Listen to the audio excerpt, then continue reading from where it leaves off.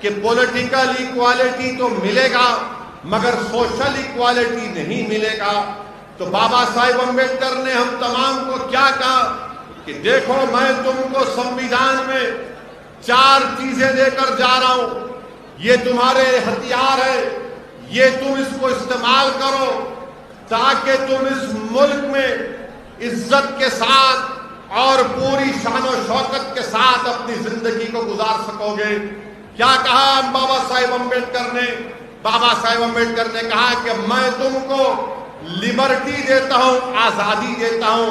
میں تم کو ایکوالٹی کی بات کرتا ہوں، مساوات کی بات کرتا ہوں، میں تم کو جسٹس کی بات کرتا ہوں، انصاف کی بات کرتا ہوں، میں تم کو فریٹرنٹی کی بات کرتا ہوں، برادری کی بات کرتا ہوں۔ تو امبیڈکر نے ہم تمام کو کہا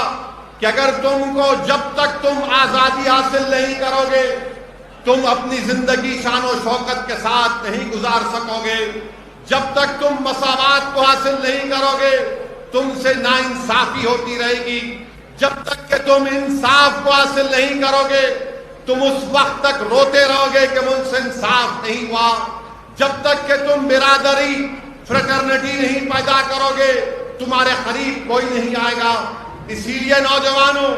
کیونکہ اس ملک کا کل کا مستقبل تمہارا ہے، میں تمہارے درمیان میں کھڑے ہو کر عاجزی کے ساتھ تم کو ایک پیغام دے رہا ہوں کہ نوجوانوں آزادی حاصل کرو، نوجوانوں انصاف کو حاصل کرو، نوجوانوں مساوات کو، ایکوالٹی کو حاصل کرو، نوجوانوں فریٹرنٹی کو حاصل کرو۔ یہ چاروں لفظ ہمارے کانسٹیٹیوشن کے پریامبل میں لکھے گئے، لبرٹی، ایکوالٹی، فریٹرنٹی، جسٹس، یہ اس وقت حاصل ہوگا۔ یاد رکھو میری اس بات کو، چاہے آپ مسلمان ہو، دلت ہو یا ہمارے بیکورڈ کلاس کے ہمارے بھائی بہن ہو، یاد رکھو اگر تم کو یہ حاصل کرنا ہے تو آپ کو ایک سیاسی قوت بننا پڑے گا۔ میں بدر کے مسلمانوں سے کہنے آیا ہوں کہ آپ کو اور ہم کو یہ کوشش کرنا ہے کہ ہم اپنے دلت بھائیوں سے مقابلہ نہ کریں، ہم ان سے مقابلہ نہیں کریں گے، ہم اپنے دلت بھائیوں سے تعاون کریں گے، ہم کمپٹیشن نہیں کریں گے، ہم کوآپریشن کریں گے ان سے۔ میں بدر کے مسلمانوں کو پیغام دینے آیا ہوں کہ آپ ہمارے بیکورڈ کلاس کے بھائی بہنوں سے کمپٹیشن نہیں، کوآپریشن کریں گے، ان سے تعاون کریں گے۔ اب 70 سال یہ اعلیٰ ذات کے لوگوں نے مسلمانوں کو، دلتوں کو، بیکورڈ کلاس کے لوگوں کا مقابلہ کرایا، لایا۔ آج اسدالدین اویسی تمہارے درمیان میں آ کر تم سے اپیل کر رہا ہے کہ اب یہ مقابلے کا وقت نہیں، یہ تعاون کا وقت ہے، یہ تعاون کا وقت ہے، یہ کوآپریشن کا وقت ہے۔ اگر ہم یہ تینوں سماج مل جائیں گے تو یاد رکھو 70 سال سے 22% لوگ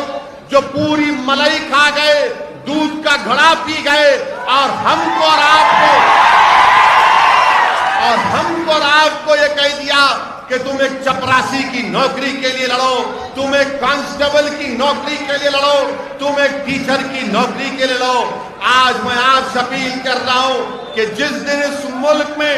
اس ملک کا مسلمان دلت مسلمان کو سمجھے گا، اس ملک کا مسلمان دلت سماج کی تکلیف کو سمجھے گا، اس ملک کا مسلمان جب ہمارے بیکورڈ کلاس کے بھائی اور بہنوں کی تکلیف کو سمجھے گا، جب بدر کا مسلمان اپنی اولاد کو، اس کی تکلیف کو، اس کے مستقبل کو، جس کے بارے میں فکر مند رہتا ہے، میں آپ سے اپیل کر رہا ہوں کہ ویسے ہی تکلیف آپ کو اپنے دلت بھائیوں کے بچوں کے تعلق سے سوچنا پڑے گا، ہمارے بیکورڈ کلاس کے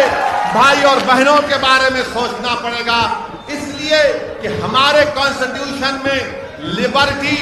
ایکوالٹی، فریٹرنٹی اور جسٹس کی جو بات کہی گئی ہے